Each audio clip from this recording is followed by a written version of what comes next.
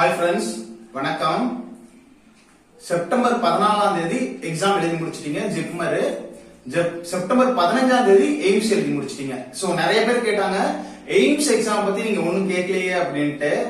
AIIMS exam நீங்க எப்படி எழுதுனீங்க அப்படின்னு மறக்காம நம்மளோட கமெண்ட்ல சொல்லுங்க. நம்மளோட வீடியோஸ் ஏதாவது உங்களுக்கு ஹெல்ப்ஃபுல்லா இருந்ததா அப்படிங்கறதையும் சொல்லுங்க.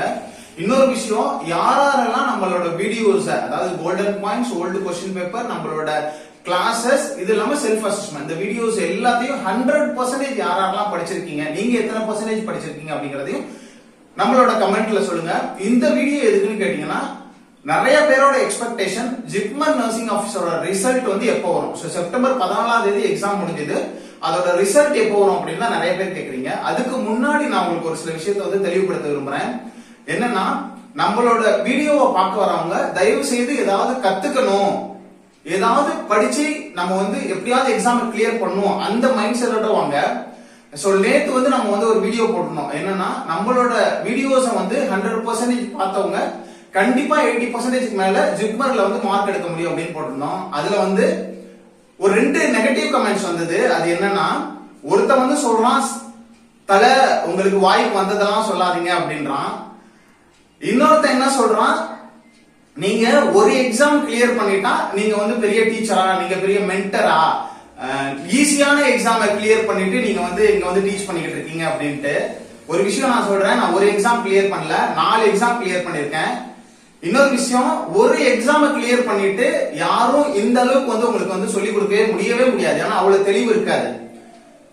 நீங்க ஏன் திரும்ப திரும்ப மெம்பர்ஷிப்ல ஜாயின் பண்ண சொல்லி இன்ஃப்ளூயன்ஸ் பண்றீங்க, ஃப்ரீயா சொல்லி கொடுங்க அந்த மாதிரி எல்லாம் சொல்றாங்க. சோ நீங்க உங்களுக்கு ஃப்ரீயா சர்வீஸ் பண்ணணும்னு ஏதாவது மைண்ட் செட் இருந்ததுன்னா, தயவு செய்து உங்களோட போன் நம்பரை 7050800142 இந்த நம்பருக்கு கொஞ்சம் அனுப்பிச்சு விட்டீங்கன்னா, யாரெல்லாம் தெளிவு இல்லாம, யாரெல்லாம் அவங்களுக்கு கைடன்ஸ் வேணும், என்ன புக்ஸ் படிக்கணும்னு தெரியல, எப்படி படிக்கணும்னு தெரியல, எங்க ஸ்டார்ட் பண்ணணும், எங்க முடிக்கணும்னு தெரியல, என்னென்ன டெக்னிக்கை யூஸ் பண்ணணும்னு தெரியல, நான் சப்ஜெக்ட்ல எதெல்லாம் படிக்கணும்னு தெரியல, இந்த மாதிரி ஏதாவது டவுட் கேட்டாங்க அப்படின்னா, அவங்களால பே பண்ண முடியலன்னா நான் உங்களோட நம்பர் ஷேர் பண்றேன். சோ தட் நீங்க வந்து அவங்களுக்கு வந்து நீங்க கைட் பண்ணீங்கன்னா ஃப்ரீயா நீங்க வந்து சர்வீஸ் பண்ண மாதிரி இருக்கும். நான் வந்து ஒரே ஒரு டைம் பிளாட்டினம்ல ஜாயின் பண்ணா 1200 rupees பே பண்ணா கிட்டத்தட்ட அவங்களோட நெகட்டிவ் என்ன, பாசிட்டிவ் என்ன, எங்க ஒர்க் பண்றாங்க, அவங்களோட சிச்சுவேஷன் என்ன, எந்த அளவுக்கு படிச்சிருக்காங்க, எந்த அளவுக்கு நாலேஜா இருக்காங்க, எவ்வளவு நேரம் அவங்களால எக்ஸாம்க்கு ப்ரிப்பேர் பண்ண முடியும், என்னென்ன புக்ஸ் வச்சு ப்ரிப்பேர் பண்றாங்க, என்னென்ன புக்ஸ் படிக்கணும், எந்த காலேஜ்ல படிச்சாங்க, எந்த ஊரு, என்ன கேட்டகரி, இது எல்லாத்தையும் ஃபுல்லா அனலைசிஸ் பண்ணிட்டு கிட்டத்தட்ட அரை மணி நேரம் நான் வந்து அவங்களுக்கு வந்து கைடன்ஸ் கொடுப்பேன். கிட்டத்தட்ட அரை மணி நேரம் நான் வந்து அவங்கள்ட்ட பேசுவேன்.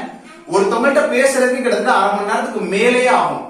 சோ ஒருத்தவங்களுக்கு நம்மளோட டைமை கொடுத்து நம்மளோட நாலேஜை இன்வெஸ்ட் பண்ணி, இன்கேஸ் அவங்க கேட்கிற கொஸ்டினுக்கு எந்த ஆன்சர் இல்லைன்னா அதை நிறைய பேருக்கு விசாரிச்சு எப்படியாவது விசாரிச்சு அதுக்கான ஆன்சர்ஸ் வந்து நான் வந்து கொடுப்பேன்.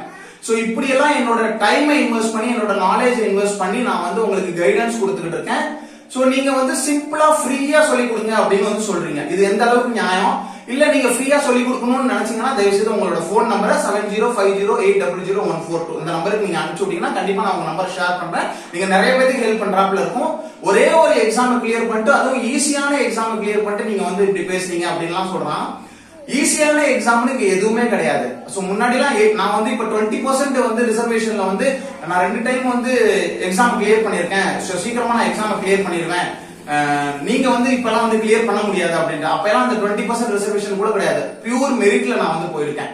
சோ இந்த மாதிரி 4 exam, AIIMS, PGI, ESIC, NIMHANS, இந்த மாதிரி 4 எக்ஸாம் கிளியர் பண்றது சாதாரண விஷயம் கிடையாது. நாலேஜ் இல்லாம கிளியர் பண்ண முடியாது. நீங்க என்னோட ஹிஸ்டரியை போய் எடுத்து பாத்தீங்கன்னா தெரியும், நான் எங்க படிச்சேன், எப்படி படிப்பேன்னு கேட்டு பாத்தீங்கன்னா தெரியும். நான் வந்து ஆல்ரெடி என்னோட இன்டர்வியூ கொடுத்துருக்கேன், போய் பாருங்க. அதையும் நான் வந்து இதோட கடைசியில கனெக்ட் பண்றேன். சோ அது உங்களுக்கு கண்டிப்பா ஒரு மோட்டிவேஷனா இருக்கிறதுக்கு வாய்ப்பு இருக்கு, என்னை பத்தி தெரியறதுக்கு வாய்ப்பு இருக்கு. அதனால சும்மா ஏதாவது இவங்க வந்து சொல்லுவானா அதை வந்து குறை கண்டுபிடிப்போம் அந்த மாதிரி நினைச்சிட்டு நம்மளோட வீடியோ வராம, ஏதாவது தெரிஞ்சுக்கணும், ஏதாவது படிக்கணும், வாழ்க்கையில முன்னேறணும் அப்படின்னு நினைச்சிட்டு நம்மளோட வீடியோ பாக்குறவங்க மட்டும் நம்மளோட வீடியோ பார்த்தா போதும். அதர்வைஸ் உங்களோட நீங்க வந்து நம்ம வீடியோ பார்க்கணும்னு அவசியம் இல்ல. என்னைக்கு நீங்க பெரியவங்களுக்கு ரெஸ்பெக்ட், சீனியருக்கு ரெஸ்பெக்ட், ஒரு தன்மையோட இருக்கிறது, இந்த மாதிரி ஆட்டிடியூட் காமிக்காம இருக்கிறதெல்லாம் என்னைக்கு வந்து நீங்க கத்துக்கிறீங்களோ அன்னைக்கு தான் நீங்க முன்னேற முடியும். இதெல்லாம் இல்லைன்னா நீங்க என்னதான் முன்னேறினாலும் அது வந்து உங்களுக்கு லைஃப்ல வந்து என்னைக்குமே வந்து யூஸ்ஃபுல்லா இருக்காது. அதனால நல்ல ஞாபகத்துல வச்சுக்கோங்க. ரெஸ்பெக்ட் ரொம்ப இம்பார்ட்டன்ட். நம்ம எப்படி பழகுறோம், எப்படி பேசுறோம், ஒருத்தவங்களை எப்படி அப்ரோச் பண்றோம், நம்ம எப்படி பிஹேவ் பண்றோம், இதெல்லாம் ரொம்ப இம்பார்ட்டன்ட். இதெல்லாம் வாழ்க்கையில ஒவ்வொன்றும் உங்களுக்கு வந்து ஏதாவது ஒரு இடத்துல ஹெல்ப் பண்ணும். அதனால ஒருத்தவங்க பேசும்போது ரொம்ப கவனமா பேசணும், பிஹேவ் பண்ணும்போது ரொம்ப கவனமா பிஹேவ் பண்ணணும். அதெல்லாம் கத்துக்குங்க. சோ இன்னைக்கு நம்ம இந்த வீடியோக்கு வந்த நம்மளோட மெயின் சப்ஜெக்ட் வந்துருவோம். ஜிப்மர் நர்சிங் ஆபீஸரோட ரிசல்ட். சோ இந்த அது அவங்க சொன்னது வந்து நான் வந்து என்னடா அவங்க இப்படி எல்லாம் பேசுறாங்களே, அவங்க வந்து நர்சிங் தான் முடிச்சிருப்பாங்களா அப்படிங்கிறதெல்லாம் நமக்கு வந்து தோணுச்சு. அதனால தான் வந்து நான் திரும்ப திரும்ப சொல்ல வேண்டியதா இருக்குது. ஜிப்மர் நர்சிங் ஆபீஸரோட ரிசல்ட் வந்து எப்போ வரும் அப்படின்னு நிறைய பேர் கேட்டாங்க. சோ நம்ம வந்து முன்னாடி உள்ள எக்ஸாம்ஸ் நடந்தது எல்லாத்தையும் அனலைசிஸ் பண்ணி பார்க்கும்போது இப்போ வந்து பாத்தீங்கன்னா செப்டம்பர் 14 அன்னைக்கு எக்ஸாம் முடிஞ்சிருக்கு. சோ இதுல இருந்து உங்களுக்கு மத்த ப்ராசஸ் எல்லாத்தையும் அவங்க மார்க் அனலைசிஸ் பண்றது, சோ 3:1 அந்த மாதிரி அந்த கேட்டகரியில வந்து அவங்களோட ரிசல்ட் அனௌன்ஸ் பண்றது, ஒவ்வொரு கேட்டகரிக்கும் 8:20 ரிசர்வேஷன் இருக்கு, ஒவ்வொரு கேட்டகரிக்கும் 3:1 எடுக்கணும். சோ இதெல்லாம் ஃபுல் அனலைசிஸ் பண்ணி எடுக்கிறதுக்கு கிட்டத்தட்ட உங்களுக்கு 10 to 15 days பக்கத்துல ஆயிடும். சோ அந்த வகையில பார்க்க போனோம் அப்படின்னா லாஸ்ட்ல நடந்த எக்ஸாம்ஸ் அதோட ரிசல்ட்ஸ் எல்லாத்தையும் அனலைசிஸ் பண்ணி பாக்குறப்போ அடுத்த மாசம் 10ஆம் தேதிக்குள்ள உங்களுக்கு வந்து ரிசல்ட் வரதுக்கு வாய்ப்பு இருக்கு. சோ அதனால இந்த வீடியோ உங்களோட ஃப்ரெண்ட்ஸ் நீங்க இருக்க குரூப்ல ஷேர் பண்ணீங்க. யாரெல்லாம் எக்ஸாம் எழுதுனாங்களோ அவங்களுக்கு ஷேர் பண்ணீங்கன்னா அவங்களுக்கு ஹெல்ப் பண்ண மாதிரி இருக்கு. ஆனா திரும்ப திரும்ப நம்மள்ட்ட வந்து ஜிப்மர் எக்ஸாம் ரிசல்ட் எப்போ வரும் அப்படின்னு கேட்டுட்டு இருக்காங்க. அப்புறம் வந்து IGCAR அதாவது இந்திரா காந்தி இன்ஸ்டிடியூட் ஆஃப் நம்ம அட்டாமிக் சென்டர் அதுல இருந்து வந்து பாத்தீங்கன்னா உங்களுக்கு அட்மிட் கார்டு ரிலீஸ் பண்ணிருக்காங்க. சோ அதுல வந்து ஏதாவது புரியாது ஏதாவது இருந்தது அப்படின்னா நீங்க நம்மளோட கமெண்ட்ல சொல்லலாம். தென் யாராவது நம்மளோட கான்டாக்ட்ல ஆல்ரெடி இருந்தீங்கன்னா உங்களோட அட்மிட் கார்டை நமக்கு வந்து ஷேர் பண்ணுங்க. சோ அதை என்ன டீடைல் கொடுத்துருக்காங்கன்னு பார்த்துட்டு அதுக்கான வீடியோவை எப்படி ப்ரிப்பேர் பண்ணணும், எப்படி எக்ஸாம் அப்ரோச் பண்ணணும், வேற என்னென்ன இன்ஸ்ட்ரக்ஷன் கொடுத்துருக்காங்கிறத நான் அடுத்த வீடியோல போடுறேன். நிறைய பேர் கேட்கறது எவ்வளவு மார்க்ஸ் எடுத்தா செலக்ட் ஆக முடியும் ஜிப்மர்ல அப்படின்னு கேக்குறீங்க. அதுக்கும் நம்ம வந்து வீடியோ அடுத்ததா ப்ரிப்பேர் பண்ணி போடலாம். எய்ம்ஸ் எக்ஸாம் எப்படி எழுதுனீங்க, அதுக்கு நம்மளோட வீடியோஸ் வந்து ஹெல்ப்ஃபுல்லா இருந்ததா அப்படிங்கறதையும் நம்மளோட கமெண்ட்ல சொன்னீங்கன்னா நம்ம அடுத்தடுத்து வீடியோ போறதுக்கு அது வந்து யூஸ்ஃபுல்லா இருக்கும்.